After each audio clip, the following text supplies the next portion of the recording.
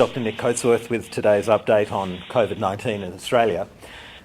To date, we've diagnosed 12,097 people with coronavirus, and as of 12 noon today, 296 new cases in the past 24 hours. There has regrettably been one additional death, taking the national death toll to 123 from COVID-19. There are 156 people currently hospitalised with coronavirus disease, 33 of whom are in intensive care units. The vigorous contact tracing that is going on at the moment across Victoria and New South Wales, assisted by contact tracers at the Commonwealth and in many other states and territories working remotely to help support our colleagues in Victoria, is being backed up by a remarkable testing framework. We have tested over 55,000 Australians in the past 24 hours, the vast bulk of those in Victoria and New South Wales. It is that ability to test rapidly, to turn around results rapidly, and to identify cases of COVID-19, then to identify contacts and make sure that people are isolated. These are the key elements of getting COVID-19 back under control in Australia at the moment. The breakdown of the cases, 20 new cases in New South Wales, all of whom were linked to known clusters, 275 new cases in Victoria and one additional case in Queensland. We have also seen an increase in a small cluster down in Batemans Bay, which has school holiday travellers obviously from New South Wales and from the ACT. That occurred at the Batemans Bay Soldiers Club. What we've seen today is a remarkable example of the community getting out in force to get themselves tested. That is a model for how we need to respond to COVID-19 with a vigorous public health response with pop-up testing clinics. That's been replicated in southwest Sydney in the past weeks and on a grander scale in Greater Melbourne and Mitchell Shire. We can't obviously do this on our own as government or governments. The community support that we're getting throughout this second peak of COVID-19 in Australia has been phenomenal and continues to be, I think, a source of great pride for all Australians that we can go through this and again together to help the most vulnerable in our community avoid being diagnosed with this virus and potentially getting severe consequences from it. In that light, we should discuss the hospital capacity at the moment, in particular our intensive care capacity down in Victoria. In Australia, we have, as I've mentioned at these press conferences before, some of the most experienced critical care doctors and nurses in the world. We have a world-class health system from our emergency departments through to our wards, through to our intensive care units. Health Minister Makakos last week indicated that there were over 1,000 new beds created or upgraded since the start of the pandemic for intensive care in Victoria, 1,200 ventilators within their system. Now at the moment, based on normal capacity in Victoria, only 82% of beds are currently being used. And that is mirrored more or less, is also the case nationally. Now, that's an important number, that 82%, because in the middle of what we would usually term as our flu season, where our intensive care units would often be close to 100% capacity, we still have existing capacity within our system without surging.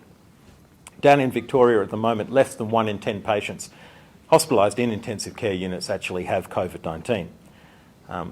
The remaining in excess of 9 out of 10 patients are in intensive care for other reasons that you would usually be in intensive care, post-operatively, trauma, other infections and so on and so forth, suggesting that we do have significant capacity within our system still before we hit that point where we would actually need to surge. This is great news for those who require intensive care for severe COVID disease. It's also, at least in part, one of the reasons why our results out of intensive care are so good compared to the rest of the world, because people can access care for COVID-19 as and when they need it, to the point of getting ventilated and cared for by our exceptionally experienced and world-class intensive care doctors and nurses. We've learnt so much over the past 4 or 5 months since this pandemic started. We continue to learn more, but all of those learnings are going into getting the best outcomes for patients who are severely affected with COVID-19. I'll take some questions. In Victoria, we've seen a group of cases linked with a lawyer's practice. Are you concerned at all about grouping complacency or white-collar workplaces feeling like they're not as at risk as compared to, say, meatworks or other facilities where we've seen large outbreaks? I think that every workplace needs to be cognizant of their COVID risk, that every workplace needs a COVID-safe plan. The fact that there are some affected more than others, there will be specific reasons for that, and as I understand it, that particular cluster that you're talking about is around about 6 people resulting from that workplace cluster. But the important message is that there's a responsibility for employers to provide their employees with a COVID-safe work environment. That responsibility extends to all of us as employees to consider again whether, particularly in those lockdown areas, whether we can work from home. So all those principles are critically important, and provision of COVID-safe environment is a responsibility that will continue for the coming months. Dr. Coatsworth, there are now hundreds of people in New South Wales currently in isolation connected to either the Batemans Bay clusters, the Crossroads Hotel. How critical is it that these people comply to the letter with that 14-day quarantine? Are they New South Wales' last line of defence to not get to where Victoria is? It doesn't matter whether you're in New South Wales, whether you're in Victoria, whether you're in hotel or home quarantine elsewhere in the country. It is absolutely critical that if a public health official has asked you to isolate, that you strictly do so. And strictly means that you can't go out, that you need your friends or family to help you out for those 2 weeks, to enable you not to have to go out into the community. And indeed, there are penalties for those that would breach those public health regulations. No one wants to enforce those.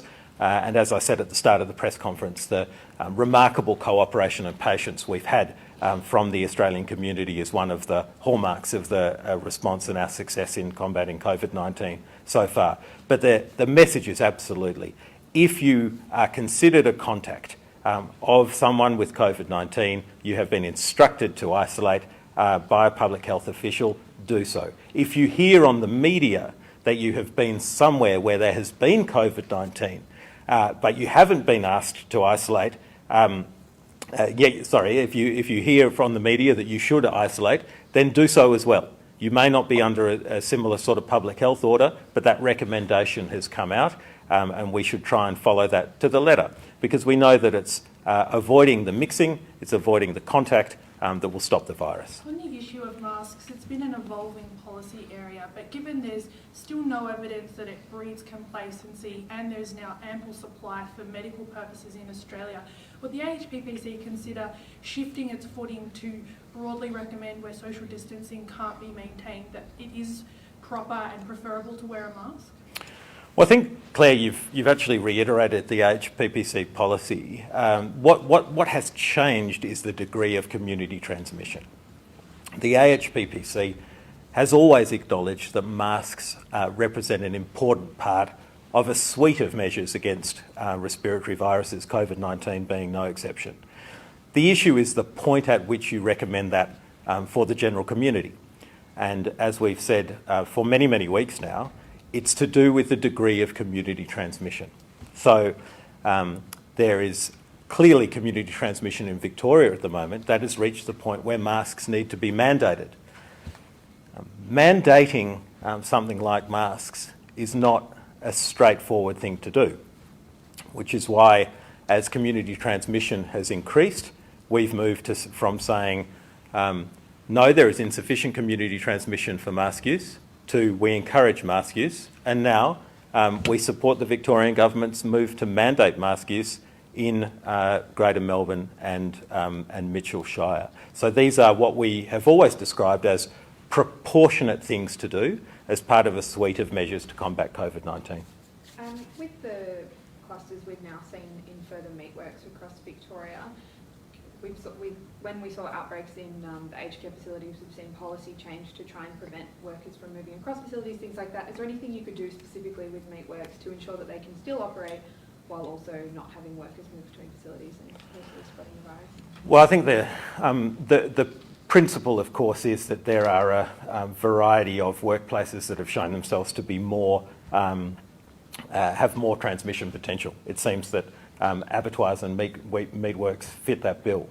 So it's critically important that the employees and the employers, in partnership with government, have the most COVID-safe plans possible, enable workers not to be there if they are unwell, and to get tested. And that's the way that we're actually going to control the outbreaks in those sort of facilities. Whether there's specific policy that we can implement in meatworks is not something we're looking at specifically at the moment, but we're aware that they're an at-risk environment. Something that's different in the isolation orders in New South Wales has been New South Wales Health telling people that even if they get a negative COVID test in that 14 days to remain isolated. That's in relation to several clusters. Is that something that you envision will now be applied to any cluster, that regardless of any negative tests that come up in the early days, that you fulfil that 14-day quarantine? So if you are a contact of someone with COVID-19 and a public health unit has specifically told you to isolate for 14 days, a negative test does not get you out of that isolation. It never has and it never will. And the reason for that is that whilst the negative test is certainly encouraging, no test is perfect, and the most important thing you can do to protect others is stay isolated for 14 days. But is this still being applied, to casual contact, so people that were in the same room at a certain time, not even necessarily at close contact? The public health units will tell people who need to isolate for 14 days, and they won't be able to get out of isolation with a negative test. And I've got two journalists on the phone, and then I'll come back. Dana. Hi, Dr. Coatsworth. Just on masks, given that New South Wales is seeing levels of community transmission that sort of similar to where Victoria was just a little while ago, should New South Wales mandate the use of masks in all hospitals, given they are a workplace where transmission has been seen to occur? And should they consider making masks mandatory for the general public as well, to sort of get ahead of the spread? And just on the national medical stockpile, I'm told that the federal government has brought up all of the locally manufactured Victorian masks, and are you able to say whether they're planning to redirect any of them back to Victoria now that that state has such a big need? So there's a number of questions there. I'll take the issue of masks in New South Wales first. I think what you've seen from the New South Wales Transport Minister today is a very clear indication on where we put masks in the hierarchy of protection. So the advice is not to catch public transport and wear a mask. The advice is to completely reconsider how you get to work, if that's possible, and avoid public transport. That's number one. So it puts distance as the prime method by which we avoid COVID-19. However, if you find yourself having to use public transport, and we acknowledge that there are many, many Australians who travel to work using public transport, then we would encourage mask use. Then the second part of your question is, would mandating mask use actually stop or blunt the epidemic curve? I think that it would be a contentious point for anyone, even the most strident mask advocate, to suggest that the current levels of transmission in Victoria could have been avoided with an earlier mask use policy. And the reason for that is clear in the epidemiology of the infections in Victoria. They originated from household outbreaks. They spread within households and then out into the community. You don't wear a mask in your household. So whilst we will continue to say that masks do have an effect in reducing transmission, I think the assumption that they significantly blunt an epidemic curve is not one that is supported by the evidence at the moment. Your third question, I think, related to whether there should be mandatory mask use in New South Wales hospitals, as there is in the Victoria lockdown areas at the moment. And the answer to that, my understanding, is that New South Wales Health in those hotspot areas is encouraging or indeed ensuring that healthcare workers are using masks, surgical masks, for every patient interaction. And that is appropriate in the healthcare setting where the risk of transmission, not only from the patient to the healthcare worker, but from the healthcare worker to the patient, is a significant risk. Now, I missed out on the fourth question there, Dana. Did you want to just repeat that one? Yeah, thank you. That was just on the National Medical Stockpile having purchased masks from Victorian manufacturers and whether those would now be redirected back to that state. So the National Medical Stockpile has purchased surgical masks from a variety of sources. The National Stockpile, throughout its personal protective equipment, is very well stocked because of the procurements that have gone on.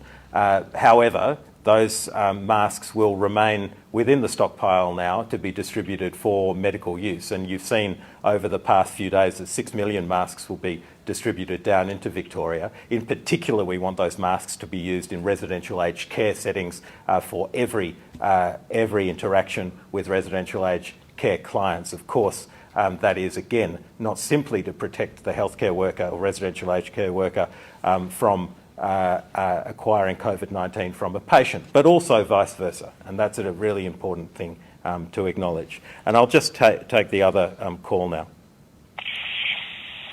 Yeah, Dr. Coatsworth, are you concerned about the level of people avoiding going to the doctor for other issues during this pandemic? And a follow-up on that, for cancer, for example, 6 months can be the difference between life and death. So will we see a higher rate of terminal cancer at the end of the year? So it is absolutely critical that during this COVID-19 pandemic that people continue to access medical care for conditions that aren't related to COVID-19.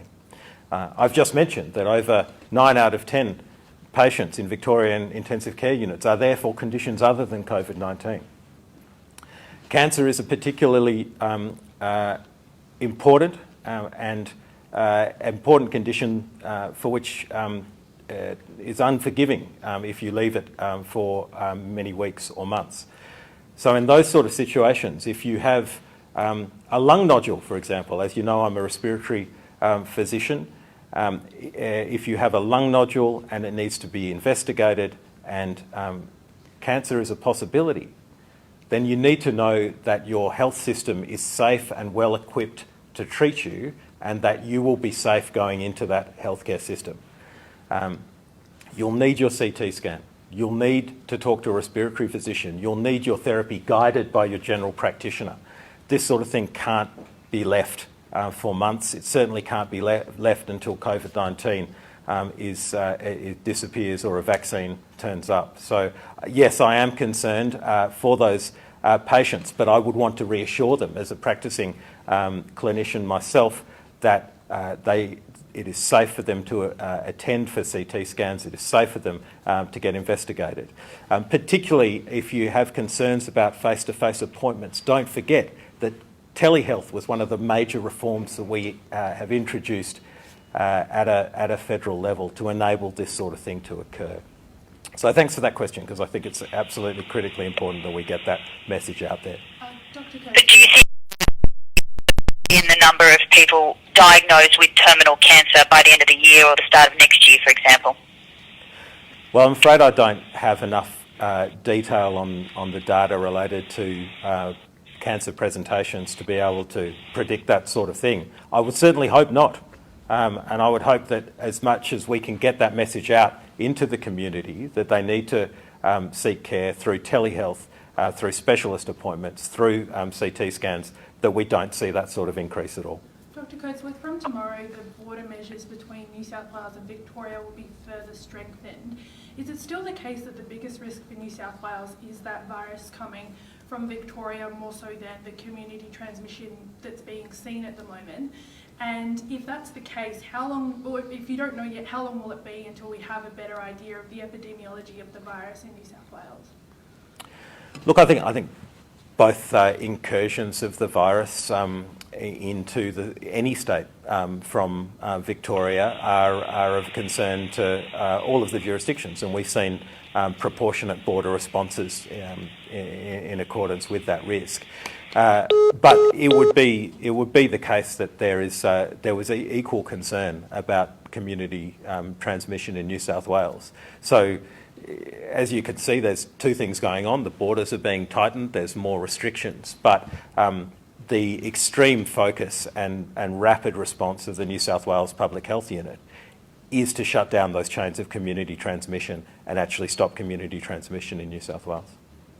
Now that we've seen more cases become serious in Australia, just wondering if you could talk us through a little bit about how the virus is presenting in most cases, how long it takes from someone getting the virus, first showing symptoms, to if they are going to be hospitalised, being hospitalised, and how does that present? I feel like we've just now I've got more cases. Perhaps you can talk to that. Yeah.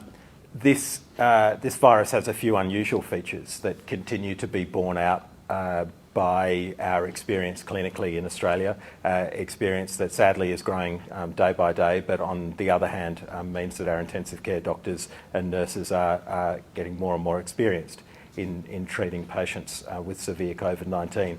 The feature clearly one that is of concern is that after diagnosis there can be a short period of improvement or a stability of the disease before people can get rapidly unwell. And I think that's something that has characterised COVID-19 presentations around the world, the potential rapidity of decline in someone's health and the narrow period between when that decline occurs and when they might need a ventilator. So the important message out of that for Australians, of course, is get yourself tested. If you are positive for COVID-19 and you feel like you're getting worse, then urgent medical attention is required, either firstly through a call to your general practitioner, but obviously in an emergent situation, an ambulance and getting taken to hospital. So vigilance for that, for those patients who are out there and COVID-19 positive, is critically important. And I'll just take two more questions. And just further on that, we know that there's at least one person in Victoria and also someone in New South Wales in their 30s on ventilators in ICU. What kind of severity are we seeing in young populations? So we know that COVID-19 can affect all ages, and it can affect all ages with severe disease. The issue is the proportion of people who get disease at varying age groups, and it's a reality that the older someone gets, the more likely they are to get severe disease. And certainly over the age of 70, people into their 80s and 90s, we've seen the devastating consequences that will occur for many of the patients who contract COVID-19 in those sort of age groups.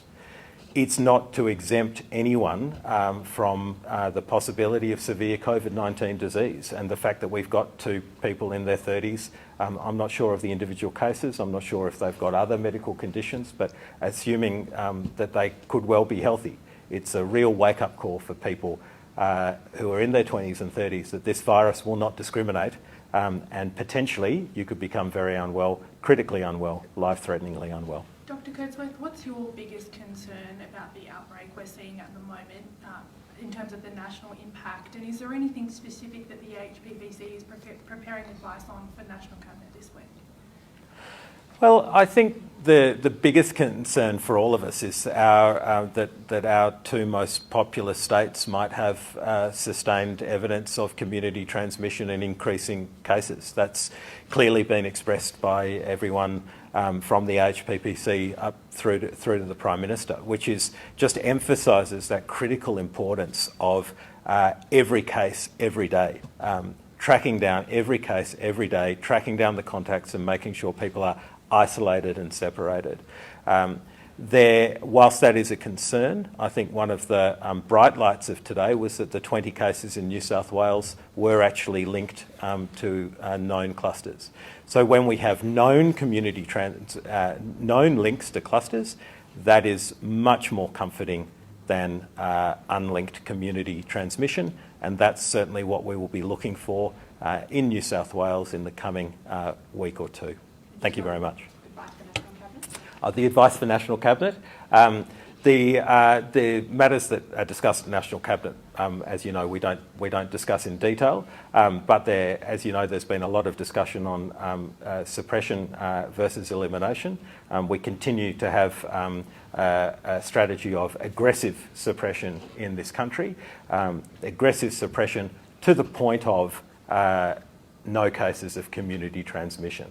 This is the aim that the AHPPC has set and will reinforce in the coming days.